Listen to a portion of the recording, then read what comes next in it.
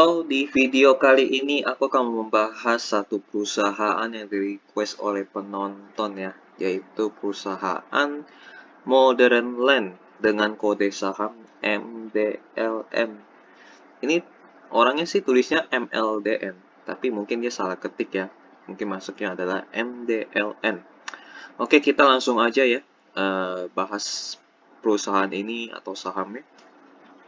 Ini MDLN, kalian bisa lihat di websitenya modernland.co.id. Di sini banyak informasi mengenai bisnis mereka, profil, sejarah, dan lain-lain.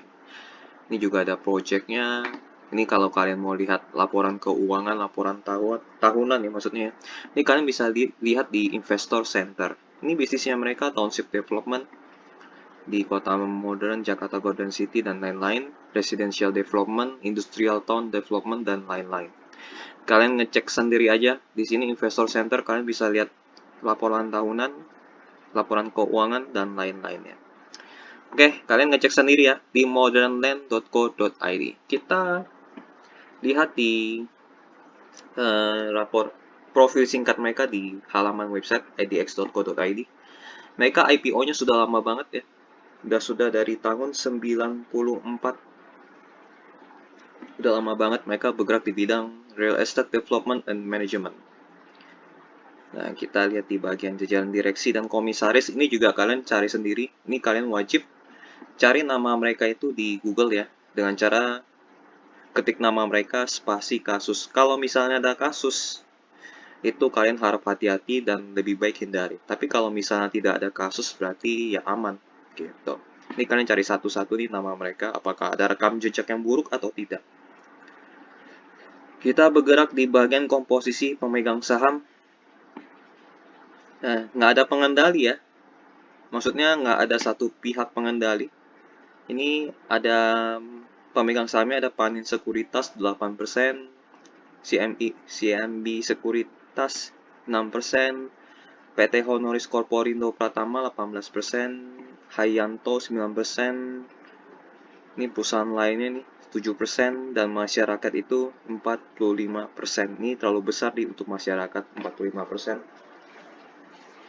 Dan ini kelemahan dari, kalau ini bukan dikendalikan oleh satu orang, ini mereka kalau mau membuat keputusan itu lumayan lama. Bisa aja Panin Sekuritas pengen A, tapi yang PT Honoris Corporindo pengennya B gitu kan. Ini jadi agak sulit, karena masing-masing punya suara yang cukup kuat. Tidak ada pengendali utama. Jadi idealnya harus ada satu pihak pengendali utama, minimal 51%. Tapi karena ini dipecah yang jumlahnya kecil-kecil, membuat keputusannya sulit. Apalagi di masyarakatnya cukup besar nih, 45%. Siapa tahu ada orang dari salah satu pihak ini masuk ke bagian masyarakat gitu kan, ikut memberikan suara yang mendukung salah satu pihak. Jadi ini kurang ideal untuk komposisi pemegang saham.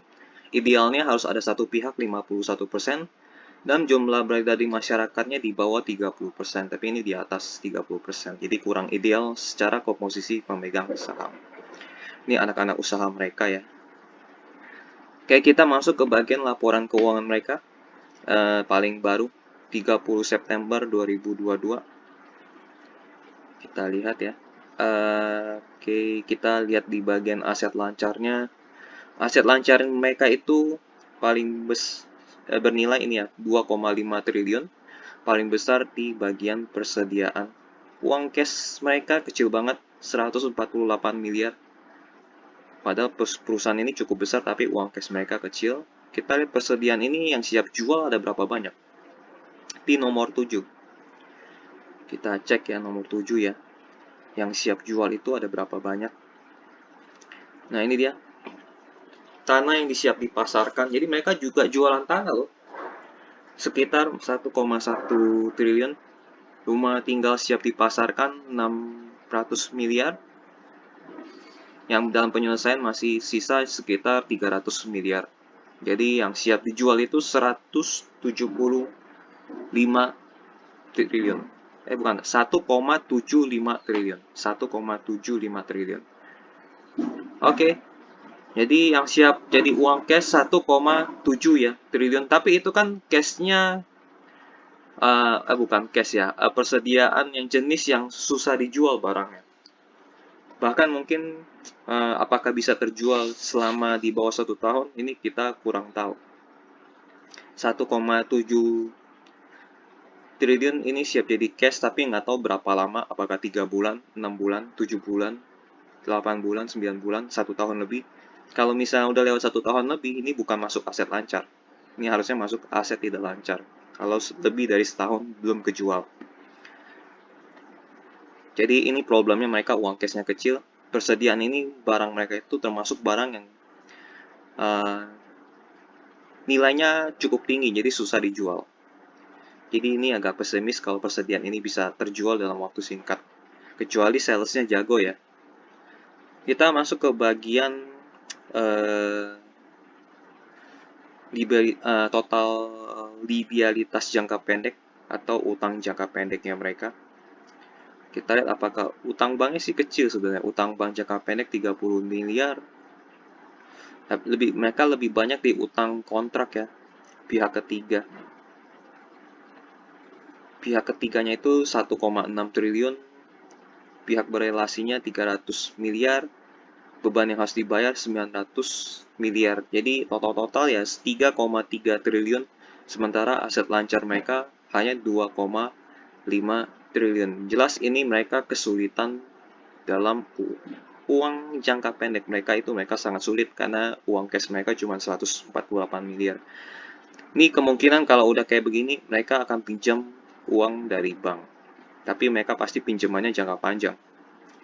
Ini mereka terlihat mereka ada risiko untuk utang jangka pendek mereka ya. Risikonya cukup tinggi. Jadi harus hati-hati.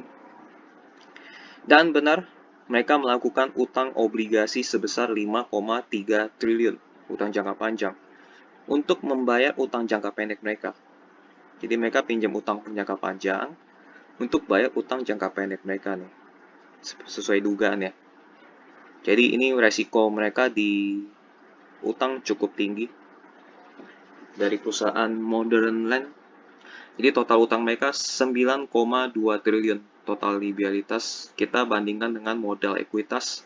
Modal ekuitas mereka justru lebih kecil, hanya 4,4 triliun. Jadi ini komposisi yang kurang baik karena modal utangnya lebih besar daripada modal ekuitasnya. So, ini resikonya cukup tinggi dari sisi utang.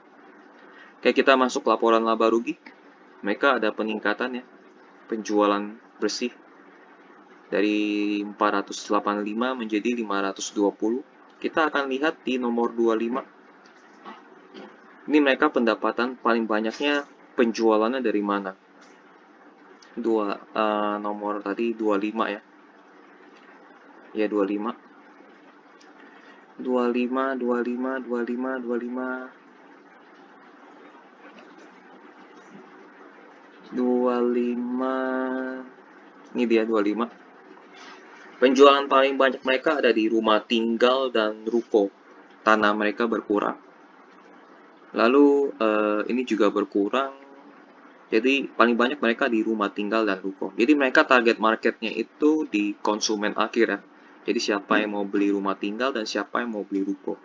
Dan konsumen akhir itu kan uangnya terbatas, mereka bukan bisnismen. Tentu saja ada bisnismen juga, cuman jumlahnya lebih sedikit. Tapi untuk mereka mendapatkan uang lebih banyak justru mereka harus dari masyarakat umum yang uangnya terbatas, apalagi suku bunga lagi tinggi, dan ini mereka menjadi kendala. Oke, pendapatan terbesar mereka memang dari sini, penjualan rumah tinggal dan ruko. Oke, jadi ini bisnis yang lumayan sulit bagi mereka ya. Ini properti di tahun ini pun aku masih pesimis untuk mereka bangkit. Karena banyak orang yang di PHK segala macam, dan bisnis dari secara global pun kurang baik. Dan ini kita tidak tahu ya, lihat bagaimana ke depannya. Ini ada pertumbuhan dari penjualan rumah dan ruko ya, paling banyak. Total pendapatan jadi 578 naik ke 614. Jadi bagus penjualan mereka naik. Lapangan golf dan restoran clubhouse meningkat juga nih dari 35 miliar jadi 42 miliar. Pendapatan dari hotel dan sewa berkurang, tapi penjualan mereka meningkat. Bagus. Kita lihat komponen lainnya. Total beban pokok pendapatan meningkat hanya sedikit, sekitar 4-5 miliar. Laba bruto mereka meningkat 314 miliar ke 346 miliar. Di tahun lalu mereka rugi ya, nih tanda kurung itu artinya rugi. Mereka rugi 78 miliar, tapi di tahun 2022 mereka untung 370 miliar. Ini dikarenakan ada pendapatan operasi lainnya yang sebesar 820 miliar. Kalau nggak ada ini akan rugi nih, seperti tahun 2021. Karena di tahun 2021 mereka keuntungannya hanya 55 miliar. Kita ngecek apa ini pendapatan dari mana nih? 820 miliar ini. Di 29B. Kita cek ya. Apakah pendapatan yang akan berulang di tahun 2023 atau hanya pendapatan satu kali aja di 2022? Kalau hanya satu kali, itu berarti 2023 akan hilang atau tidak terjadi lagi. Kalau misalnya omset mereka masih sama seperti tahun 2022, kemungkinan laba bersih mereka kemungkinan mereka akan mengalami kerugian seperti di tahun 2021. Jadi kita ngecek aja langsung nomor 29. 29A ya. Nah, ini laba atas pembayaran hutang obligasi. Jadi bukan dari operasional menjual aset segala macam, ini cuma pembayaran utang obligasi aja. Jadi ini hal yang kurang oke.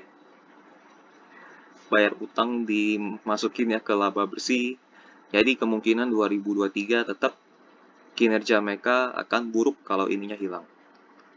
Dan secara bisnis aslinya mereka sebenarnya rugi kisaran 460 miliar. Ini di tahun 2022 mereka untung karena ini pembayaran obligasi, dan itu kan bukan dari bisnis, bukan operasional bisnis, ini cuma bayar utang doang. Jadi sebenarnya secara bisnis operasional mereka masih rugi ratusan miliar. Itu dari sisi laporan laba rugi ya. Omset mereka naik tapi belum bisa menutupi beban-beban yang mereka alami ya. Masih lebih besar beban daripada pemasukan. Dan mereka masih mengalami kerugian. Sampai tahun 2022 ya. Meskipun dia catatnya positif karena ada bayar utang doang. Dan itu sebenarnya bukan operasional ya. Itu masih kerugian. Ini kita masuk ke arus kas. Di arus kas 2021 mereka plusnya cuma 125 miliar. Dan di 2022 arus kas mereka negatif. Seperti yang gue bilang, sebenarnya kinerja 2022 itu mereka negatif. Tercermin dari arus kasnya mereka yang masih negatif 344 miliar. Otomatis pasti ada penambahan utang, ya kan? Penerimaan utang bank 154 miliar. Jadi kinerja dari laporan keuangan kuartal 3 mereka masih buruk ya.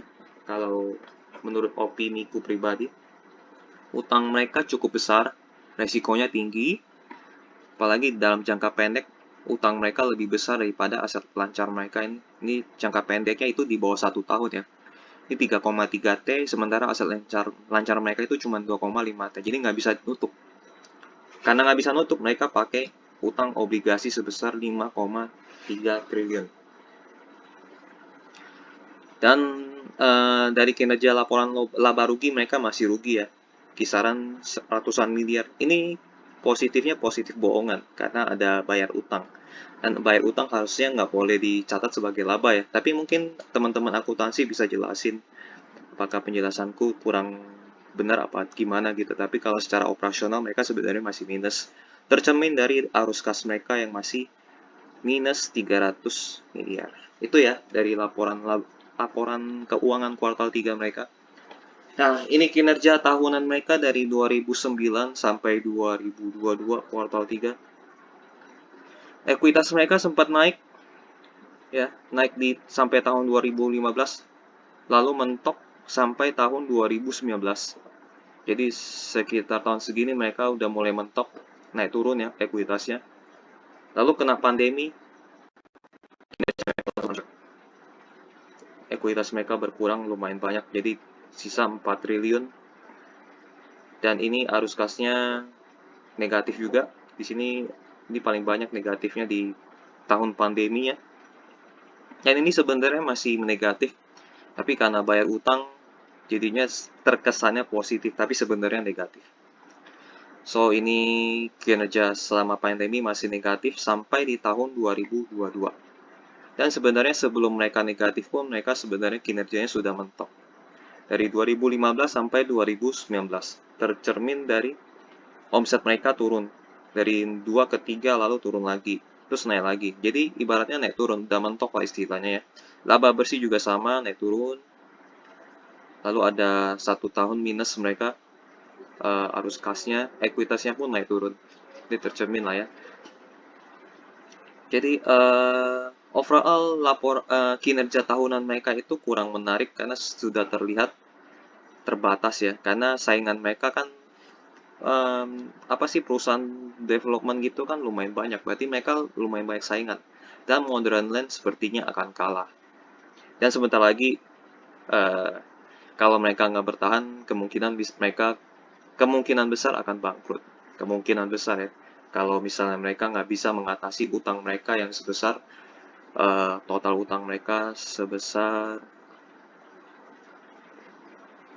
9 triliun, terutama di obligasi 5,3 triliun itu utang. Oke, kinerja tahunan mereka kurang menarik. Dan setelah pandemi selesai pun masih belum ada recover yang cukup berarti. Mereka masih minus. Jadi hati-hati aja. Di harga 83, PE rasio mereka 3,3 kali, PVBR mereka 0,23 kali. Ini murah valuasinya sebenarnya. Cuman murahnya ini karena memang kinerja mereka jelek. Bukan jelek ya, kurang menarik. Kita perhalus aja. Murah karena kinerja kurang menarik. Jadi bukan karena bagus, murahnya karena memang sepantasnya dihargai murah karena kurang menarik. Jadi valuasi mereka murah tapi kurang menarik. Ini masih rugi nih sebenarnya. Oke, tahunan mereka kurang baik, kurang menarik.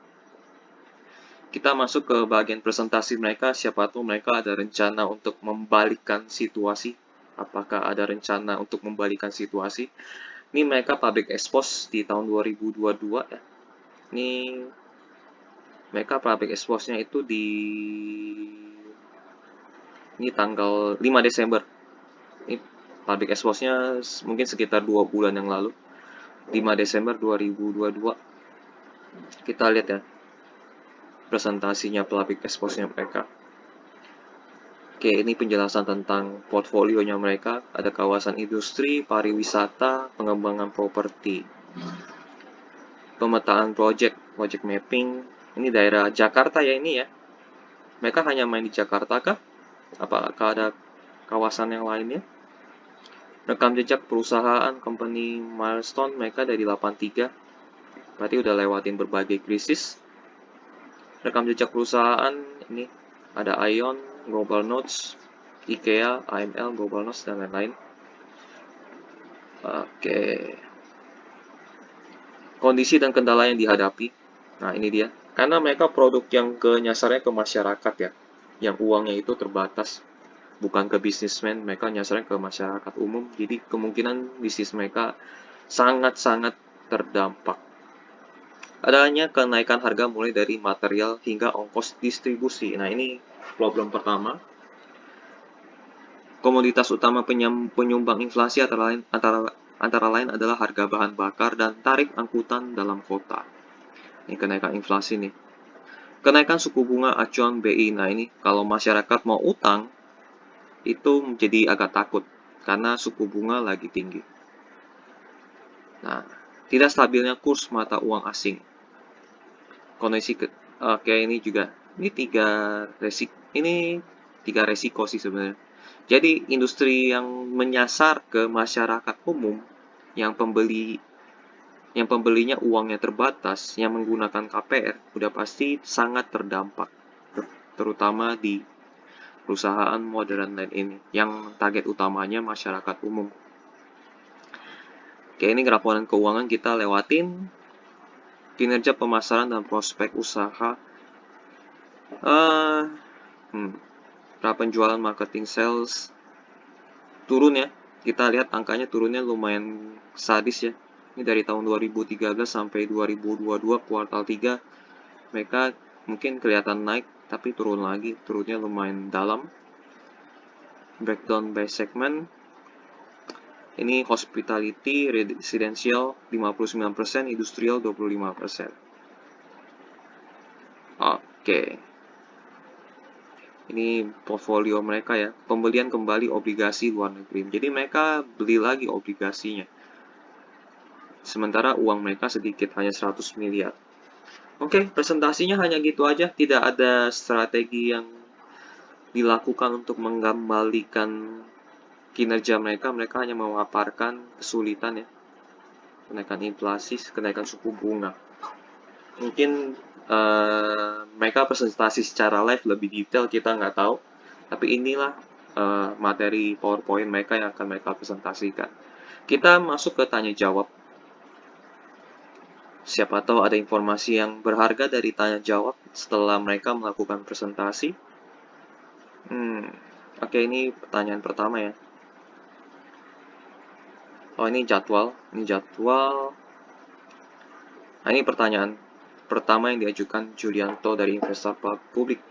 Terkait kenaikan suku bunga dari Bank Indonesia, saat ini yang mempengaruhi angsuran KPR, di mana hal ini memberatkan konsumen yang sedang mencicil angsuran rumah.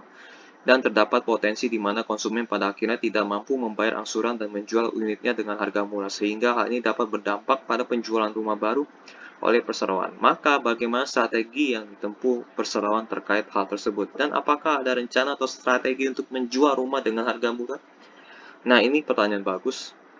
Kita lihat jawabannya. Jadi mereka menanggapi dengan penjelasan bahwa saat ini perseroan tengah melakukan resizing tipe dan desain rumah sehingga harga dapat lebih terjangkau. Jadi mereka mengubah desain rumah mereka menjadi lebih kecil ya, sesuai dengan kemampuan daya beli konsumen. Namun tidak mengurangi nilai dari tanah dan atau lahan tersebut. Adapun strategi yang tengah dipikirkan oleh perseroan adalah memberikan subsidi selama periode tertentu untuk meringankan beban bunga angsuran rumah konsumen.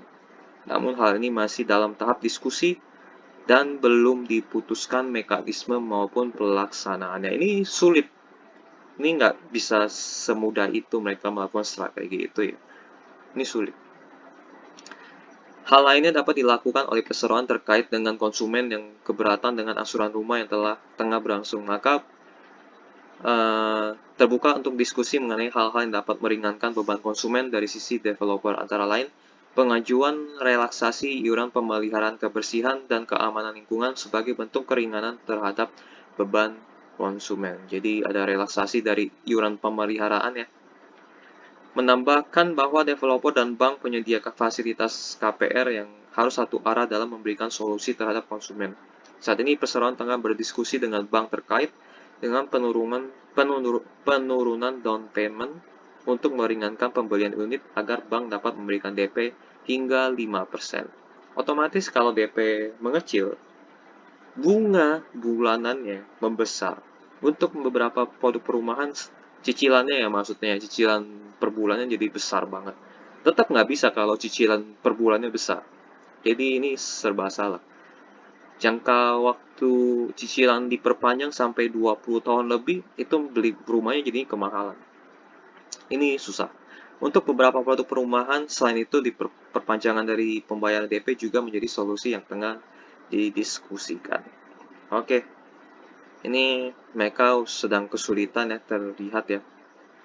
Pertanyaan kedua diajukan, pertanyaan kedua ini terkait dengan timeline global bond buyback, di mana terdapat kondisi dalam restrukturisasi bahwa perusahaan harus menjual aset untuk melakukan pembelian kembali bond, dan di mana lokasi aset yang akan dijual. Nah ini mereka nggak ada duit tapi mereka mau beli lagi bondnya, tapi harus ada aset yang dijual. Ini pertanyaan yang menusuk lumayan ya. Aset apa yang dijual?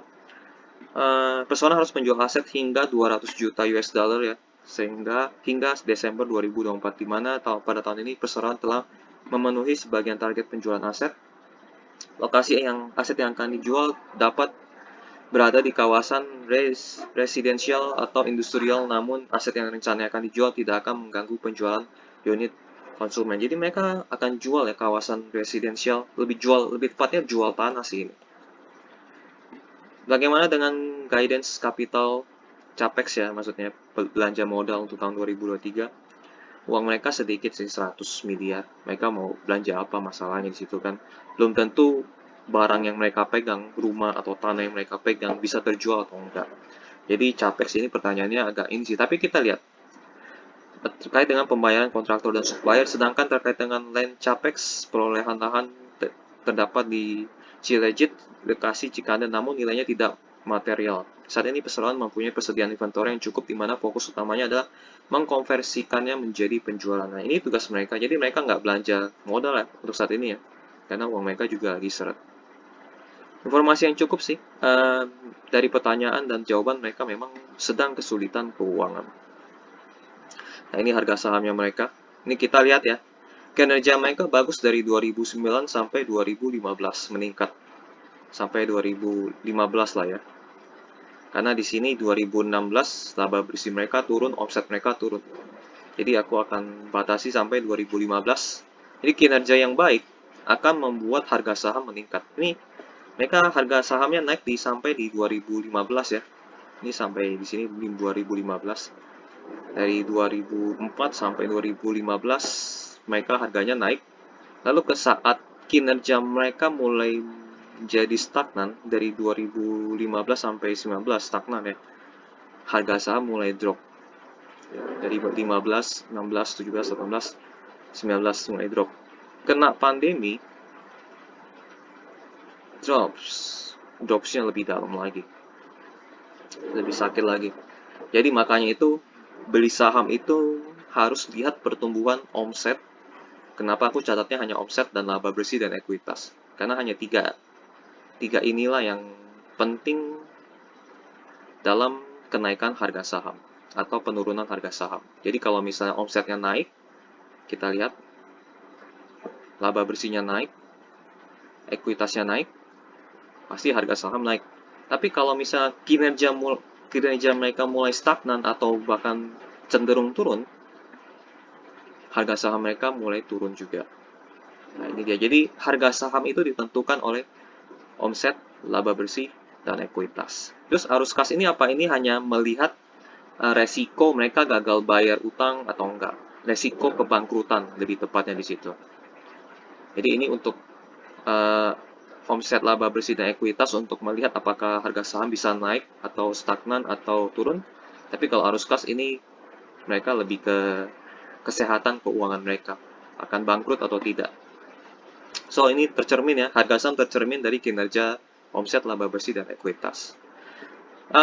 Kemungkinan mereka akan rugi juga ya di 2023 kalau mereka masih belum bisa menjual barang-barang jualan mereka, dan barang-barang jualan mereka itu lebih banyak ke perumahan dan ruko. Jadi so ini akan sulit di 2023 nanti. Ini tergantung tim salesnya bagaimana cara menjualnya. Jadi kita tunggu aja berita selanjutnya dari mereka ya. Dividen mereka kadang-kadang yang baginya ya, nggak sering. Dan itu kisarannya itu sekitar 2-3%, nggak begitu besar dan nggak begitu kecil juga. Tapi itu pun kadang-kadang baginya kalau mereka ada untung. Nggak terlalu sering. Karena mereka sedang kesulitan keuangan, mereka nggak akan bagi dividen. Kita masuk ke berita-berita tentang modern land. Ini kalian bisa lihat di kontan.co.id. Ini berita 3 hari yang lalu. Optimis memandang pasar properti tahun 2023. Kalau aku sih setuju ya, optimis memandang pasar properti, tapi tidak untuk mereka. Jadi properti kita boleh bisa secara keseluruhan kita harus pandang positif, tapi kalau untuk modern land, khusus untuk modern land, saya pesimis. Aku pesimis. Modern Land incar marketing sales 1,8 triliun dari penjualan residensial, nah kan? Ini mereka menjual ke masyarakat umum, itu aku pesimis. Tapi kalau misalnya tim sales mereka benar-benar jago dan ternyata bisa ya, justru 1,8 T pun itu di bawah 2021. Mereka bilang 2023, apa ya? Bukan 2023 ya. Eh, ini kita baca dulu beritanya. Ini ya untuk 2023 ya. 2023.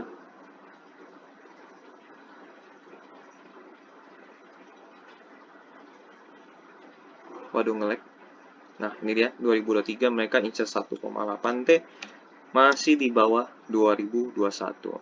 Ini kuartal 3 ini masih belum nyentuh setengah dari 2021.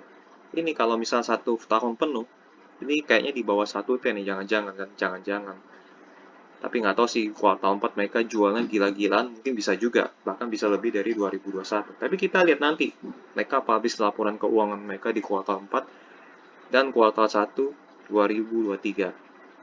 Kita lihat nanti ya. Ini kalian bisa baca sendiri ya di kontan.co.id, ketik aja kode sahamnya, nanti muncul semua berita terkait tentang Modern Land Realty.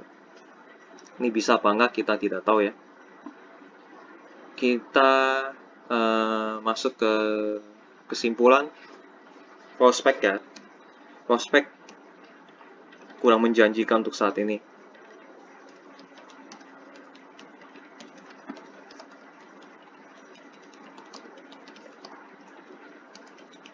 Karena bunga KPR sedang tinggi ya. Ini yang lumayan sulit dan masyarakat pun masih menahan uang ya, karena ada berita mengenai krisis atau resesi, mengenai resesi lah lebih tepatnya, resesi global. Jadi masih menahan uang mereka ya. Jadi 2023 masih suram lah bagi mereka lah ya. Masih suram. Lalu secara keuangan perusahaan ya,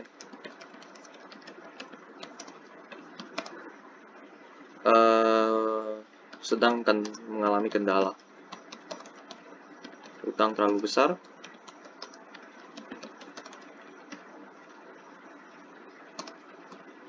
melebihi modal. Uang cash sedikit. Modal ya itu dia. Kita lebih tepatnya modal apa namanya? Modal pemilik ya, pemilik atau modal investor lebih tepatnya. Jadi utang mereka terlalu besar, resiko bangkrut cukup tinggi ya. Resiko gagal bayar cukup tinggi. Jadi hati-hati aja. Kinerja masih akan buruk ya. Kemungkinan besar kinerja 2023 masih buruk karena tadi ya, bunga KPR masih tinggi dan masyarakat karena takut tentang berita resesi masih menahan uang-uang mereka gitu.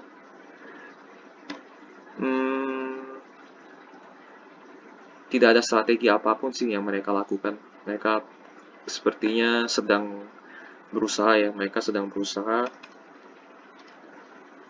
MBLN sedang berusaha menjual stok mereka yang masih banyak.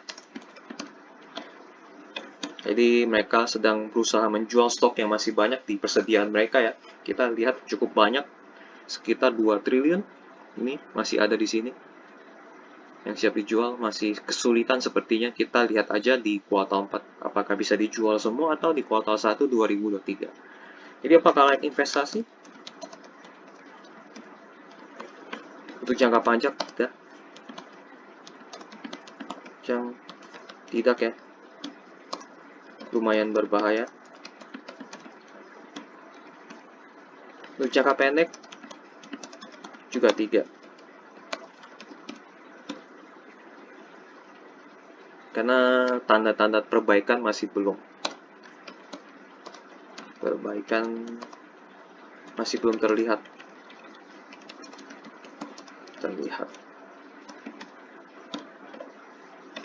Maksudnya tanda itu maksudnya informasi ya. Misalnya di kuartal 3 mereka ada hal yang laba bersih mereka naik, omset mereka naik, semacam itulah ya. Tapi nggak ada informasi atau berita tentang mengenai hal tersebut. Jadi untuk jangka panjang tidak, untuk jangka pendek tidak. So itu aja untuk analisa saham Modern Land atau MDLN. Jika ada informasi yang salah atau informasi yang kurang, kalian boleh tambahkan atau koreksi di kolom komentar ya. Kalau misalnya mau request saham lainnya juga boleh tulis di kolom komentar, nanti aku akan analisa, tapi antri ya. Gitu aja sih untuk saham NDLN. Tidak layak untuk saat ini ya. Untuk saat ini tidak layak, untuk jangka panjang, jangka pendek pun juga tidak. Hindari. Lebih baik cari saham yang masih untung lah, saham lain. Gitu aja sih. Oke, sekian untuk video ini. Kita jumpa lagi di video analisa berikutnya. Bye-bye.